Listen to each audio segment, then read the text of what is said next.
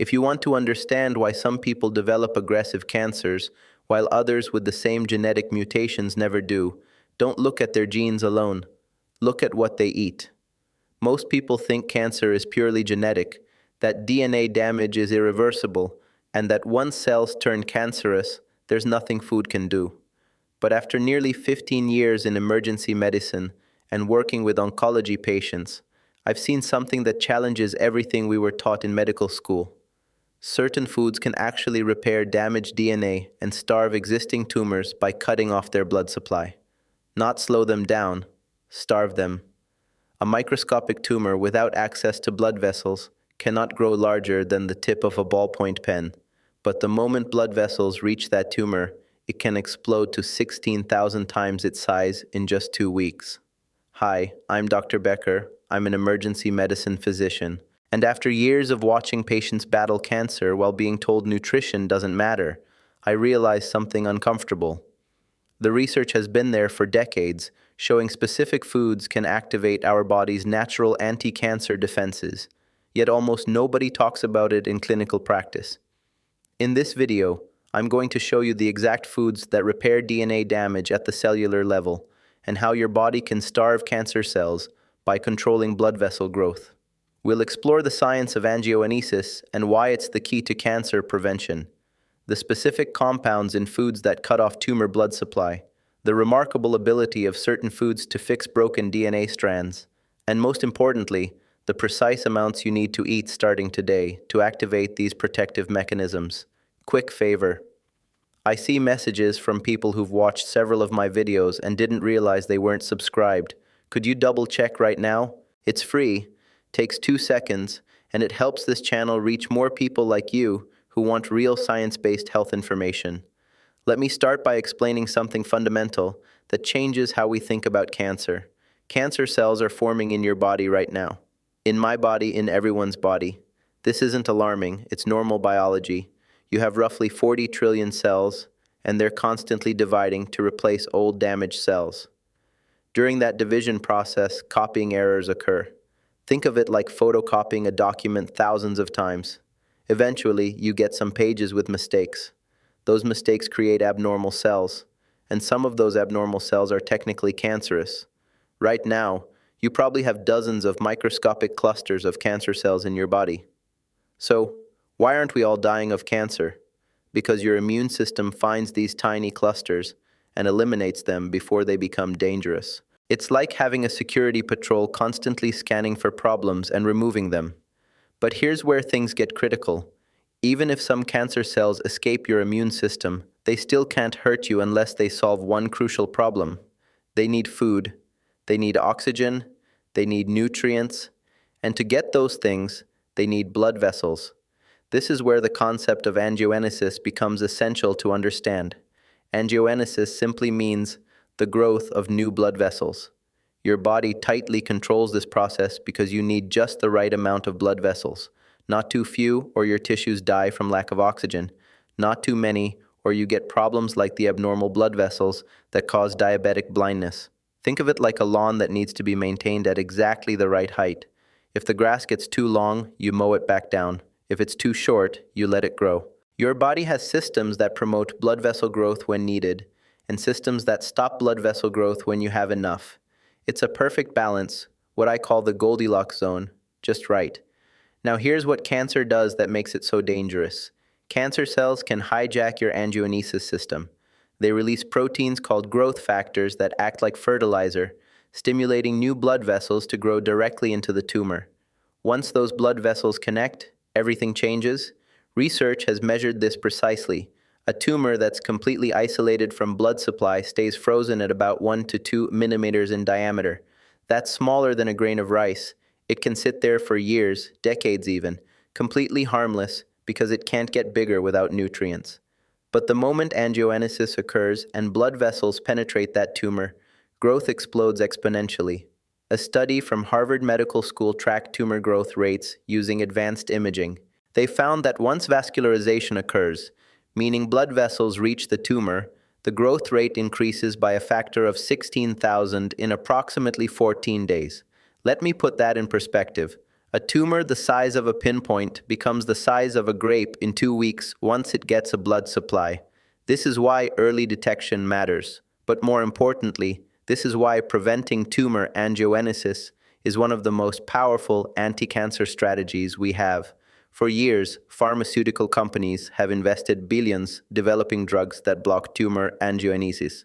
These drugs, called angiogenesis inhibitors, are now standard treatments for many cancers. They work by cutting off the blood supply to tumors, essentially starving them. The drugs can be effective, but they also have significant side effects because they affect blood vessel growth throughout your entire body, not just in tumors. Now, here's where it gets interesting, and this is where my perspective shifted dramatically. When researchers tested these angiogenesis-blocking drugs in the laboratory, they used specific assays to measure how effectively different compounds could stop blood vessel growth. In one groundbreaking experiment, scientists decided to test not just pharmaceutical compounds, but also extracts from common foods. They tested green tea extract. The results were so striking that if the researchers hadn't known it was from a plant, if they thought it came from a pharmaceutical company, they would have immediately moved it into clinical trials. The polyphenols in green tea, particularly one called EGCG, were as effective at blocking abnormal blood vessel growth as some experimental cancer drugs. But that's only part of the picture. Green tea isn't the only food with this capability. When you systematically test foods using the same rigorous methods used for drug development, you discover that over 100 different foods have measurable anti-angiogenic properties. They can slow or stop the growth of blood vessels that feed tumors. This isn't speculation. This is measured in laboratory assays where you can directly observe blood vessel growth being inhibited by compounds extracted from food. The second mechanism is even more important for long-term cancer prevention. Certain foods can actually repair damaged DNA. Every single day, your DNA takes hits. Ultraviolet radiation from sunlight, chemicals in processed foods, environmental pollutants, even normal metabolic processes create DNA damage. Your cells have repair mechanisms like a maintenance crew that fixes problems before they become permanent mutations. But those repair systems need specific nutrients to function optimally. Without adequate nutrition, DNA damage accumulates. Think of it like a road that develops potholes. If you have a good repair crew and the right materials, they fill the potholes immediately and the road stays smooth. But if the repair crew doesn't have asphalt and tools, the potholes get bigger, more potholes form, and eventually the entire road deteriorates. That's what happens to your DNA without proper nutritional support. The most remarkable research on food-based DNA repair comes from studies on kiwi fruit. This surprised me when I first read the data. Kiwis are not typically thought of as a superfood, but the evidence is compelling. A study from the University of Oslo in Norway recruited 43 healthy adults and had them eat either 1 kiwi per day, 2 kiwis per day, or 3 kiwis per day for 3 weeks. At the end of 3 weeks, they measured DNA damage in the participants' cells using a technique called the COMET assay. This test literally shows you broken DNA strands under a microscope.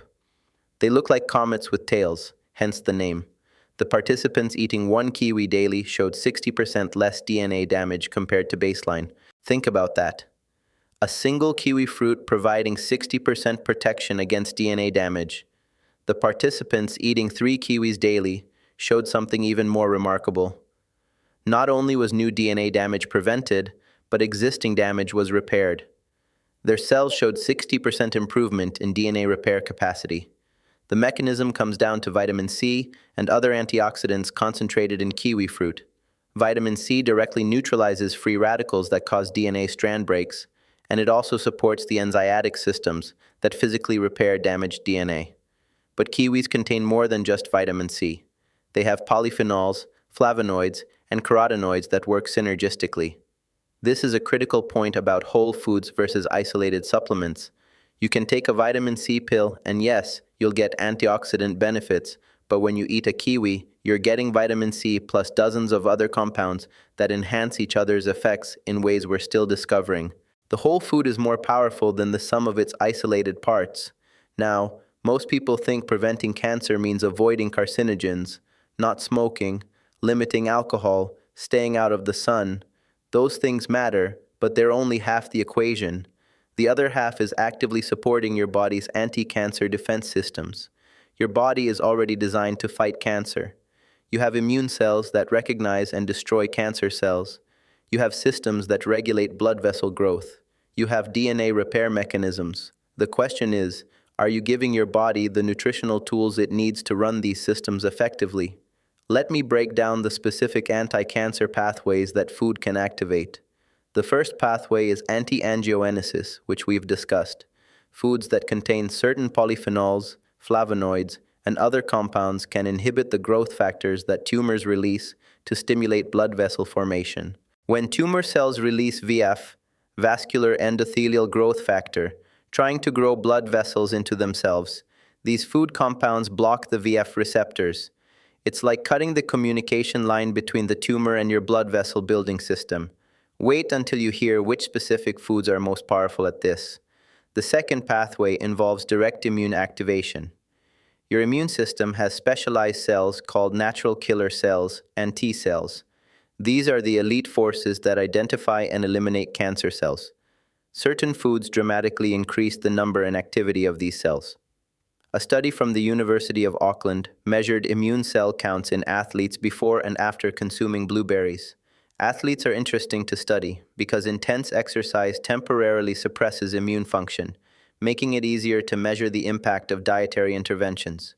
The researchers had athletes consume 1 and 1/2 cups of blueberries daily for 6 weeks. At the end of 6 weeks, the athletes had 88% more T cells circulating in their bloodstream. Their natural killer cell activity was also significantly elevated. This wasn't about feeling healthier. This was measured increases in the actual immune cells that destroy cancer. The active compounds are anthocyanins, the blue pigments in blueberries that act as powerful immune stimulators. The third pathway is what I call the microbiome immunity connection, and this is where the research gets truly fascinating. Your gut contains trillions of bacteria, and we now know that certain bacterial species directly influence how well your immune system fights cancer. There's one bacteria in particular called Akkermansia mucinella that's emerged as a key player. Research from the Gustave Roussy Cancer Center in France studied 200 cancer patients receiving immunotherapy. Immunotherapy is a treatment that helps your immune system recognize and attack cancer cells. It works remarkably well for some patients, completely eliminating even metastatic cancer, but for other patients, it doesn't work at all. The researchers wanted to know why. They analyzed stool samples from all 200 patients and found that the only significant difference between responders who had excellent outcomes and non-responders who didn't benefit was the presence of Akkermansia bacteria in their gut. Patients with high levels of Akkermansia responded dramatically to immunotherapy. Patients with lower absenteesia didn't respond. This bacteria essentially primes your immune system to fight cancer more effectively. So now that you understand the mechanisms, the question is, what can you actually do about it? What are the specific foods and how much do you need to eat? Let me give you the exact protocol based on the research and what I recommend to patients. Food number 1 is kiwi fruit. You want to eat 1 to 3 kiwis daily, depending on your goals. For general DNA protection and maintenance, 1 kiwi daily is sufficient. If you have higher risk factors, a family history of cancer, or you've had cancer and want to support your recovery, aim for 3 kiwis daily. The research shows maximal benefit at 3 per day. You can eat them with the skin on if you buy organic and wash them thoroughly. The skin contains additional fiber and polyphenols. If the fuzzy texture bothers you, golden kiwis have smooth skin and are just as beneficial. Cut them in half and scoop out the flesh with a spoon, add them to yogurt, or blend them into smoothies. Kiwis are also excellent for your gut microbiome because they're packed with prebiotic fiber that feeds beneficial bacteria. Food number 2 is green tea, and you need 3 cups daily of properly brewed tea, not bottled green tea, from the convenience store that has minimal active compounds and usually added sugar. Actual brewed green tea from leaves. The active compound is EGCG, which inhibits tumor angiogenesis and also has direct anti-cancer effects on cells. A study from the Chinese University of Hong Kong followed 68,000 women for over 10 years. Women who drank green tea regularly, defined as at least 3 cups per week, had a 27% lower risk of developing colorectal cancer compared to non-tea drinkers. Those who drank green tea daily had even better outcomes. Here's how to brew it for maximum benefit. Heat water to about 175 degrees F.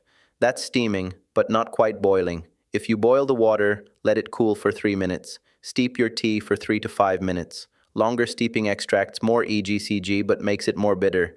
You can add lemon juice, which actually increases EGCG absorption by about 6 times because the vitamin C stabilizes the ketones in your digestive system. Do not add dairy milk. The proteins in dairy bind to the beneficial compounds and prevent absorption. If you need to lighten your tea, use a plant-based milk like almond or oat milk. Food number 3 is blueberries, and 1 cup daily is the target. Fresh or frozen both work. Frozen are sometimes higher in anthocyanins because they're picked and frozen at peak ripeness. The anthocyanins do multiple things. They boost immune cell production, they reduce inflammation, and they have anti-angiogenic properties. But here's something most people don't know. Blueberries also help prevent the chronic inflammation that promotes cancer growth while simultaneously boosting immune activity against cancer cells. That seems contradictory, but it's one of the remarkable features of these compounds. They reduce harmful inflammation while enhancing beneficial immune response. A study from the University of East Anglia tracked nearly 200,000 people for over 20 years. Those who consumed the highest amounts of anthocyanin-rich foods, primarily berries, had a 17% lower risk of developing cancer overall. For specific cancers like esophageal and colorectal cancer, the risk reduction was even higher, up to 40%. Food number 4 is going to surprise a lot of people because there's been so much misinformation about it. Soy foods, tofu, tempeh, edamame, soy milk. You want at least 2 servings per week, ideally 1 serving every other day. There's a persistent myth that soy is dangerous because it contains phytoestrogens, plant compounds that some people claim mimic human estrogen. This is completely wrong. Phytoestrogens look nothing like human estrogen at the molecular level. In fact, they block human estrogen receptors, which is protective against hormone-related cancers like breast cancer. The active compound in soy is called G9, and it's one of the most powerful anti-angiogenic substances ever tested. Research from the University of Illinois measured genistein's ability to block blood vessel growth to tumors. They found it inhibited VHF signaling by over 70% in experimental models. Population studies support this. Asian countries where soy consumption is high have significantly lower rates of breast and prostate cancer compared to Western countries where soy consumption is minimal.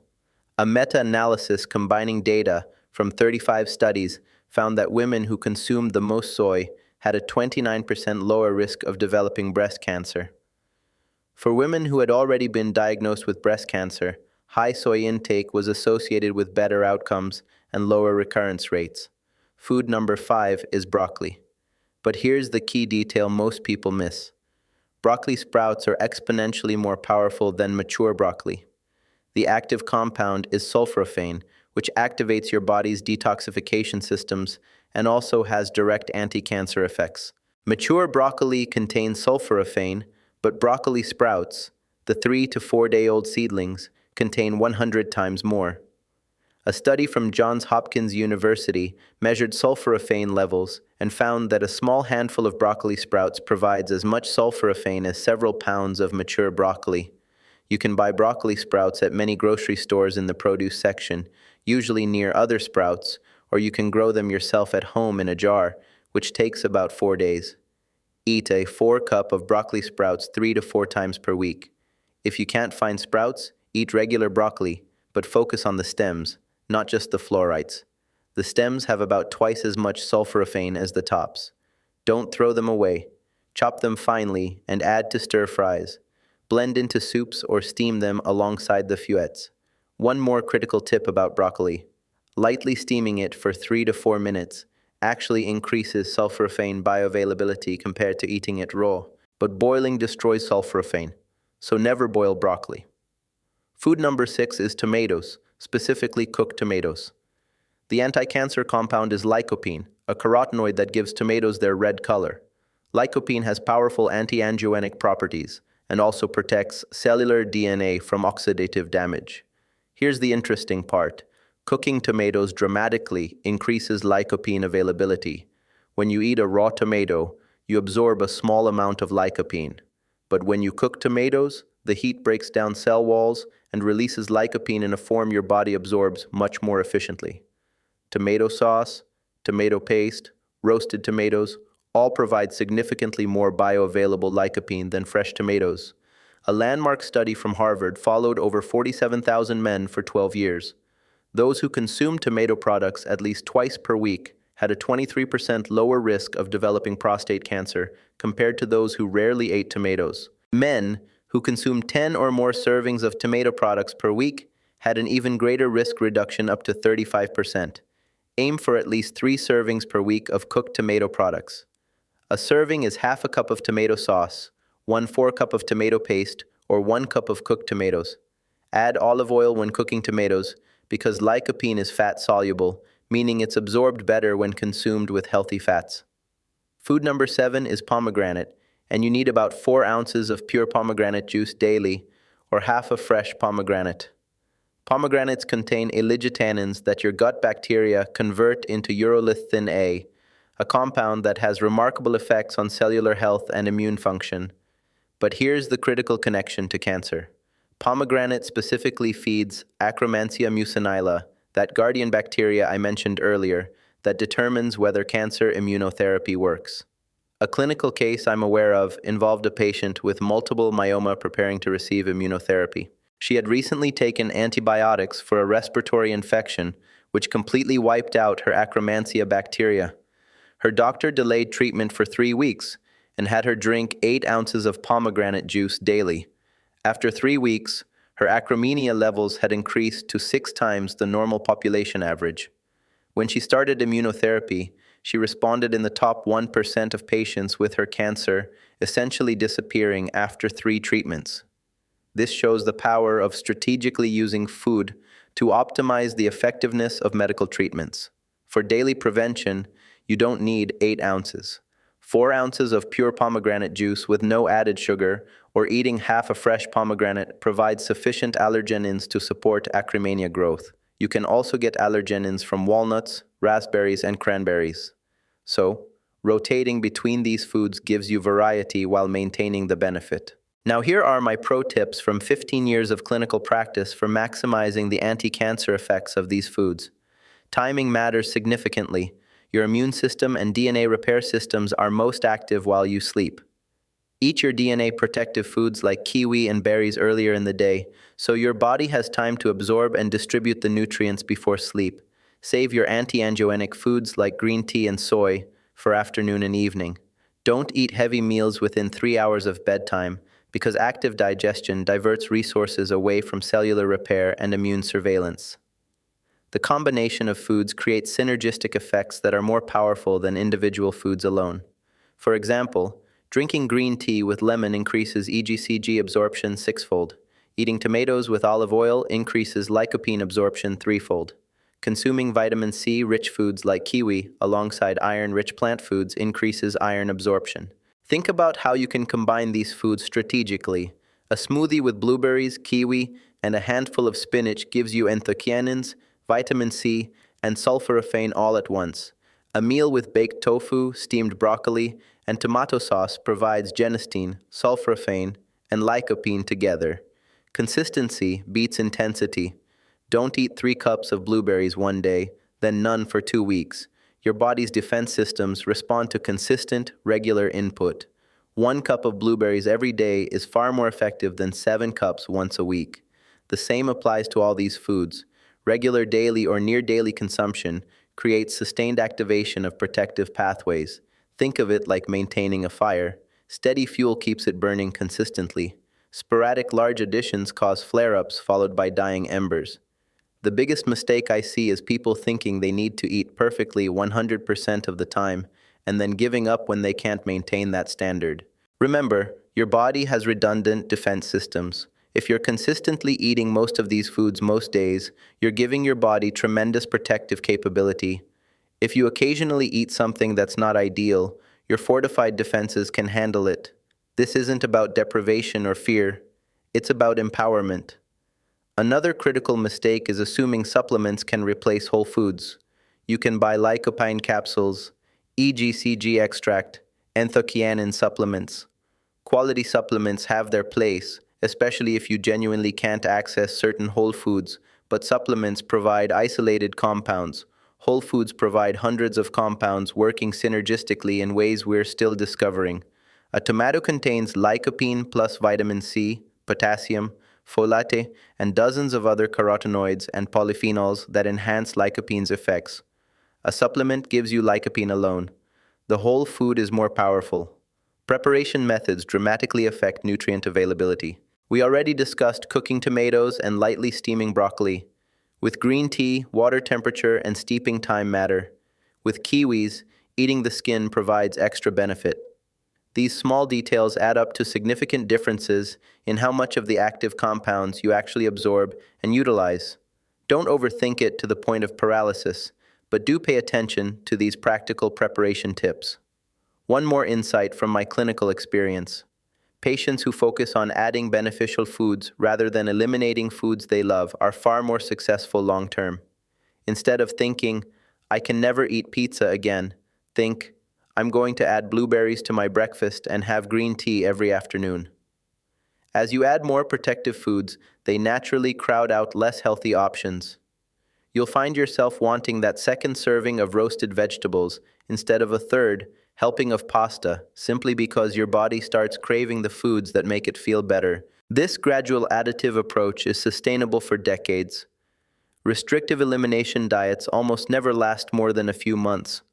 Look, cancer doesn't have to be an inevitable part of aging. The patients I see who remain cancer-free or who successfully recover from cancer aren't genetically superior. They're not lucky. They consistently eat foods that activate their body's natural anti-cancer defenses. Your immune system can recognize and eliminate cancer cells. Your body can control blood vessel growth to starve tumors. Your cells can repair damaged DNA. These systems exist in you right now. The question is whether you're providing the nutritional support they need to function optimally. Here's what we've covered. Cancer cells need blood vessels to grow beyond microscopic size. Foods containing specific polyphenols and flavonoids can starve tumors by blocking angiogenesis. Certain foods, particularly kiwis, provide powerful DNA protection and repair. Your gut bacteria, especially Akkermansia, play a crucial role in immune-mediated cancer defense. The 7 most powerful foods are kiwis at 1 to 3 daily, green tea at 3 cups daily, blueberries at 1 cup daily, soy foods at 2 servings weekly, broccoli sprouts at 1/4 cup 3 times weekly, cooked tomatoes at 3 servings weekly, and pomegranate at 4 ounces of juice or half a fruit daily. These foods work through multiple mechanisms including anti-angiogenesis, immune activation, DNA repair, and microbiome support. Consistency and proper preparation are more important than perfection. Combining foods creates synergistic effects more powerful than individual foods alone. You have more control over your cancer risk than you've been led to believe. Your body already possesses the systems to prevent and fight cancer. Food provides the fuel those systems need.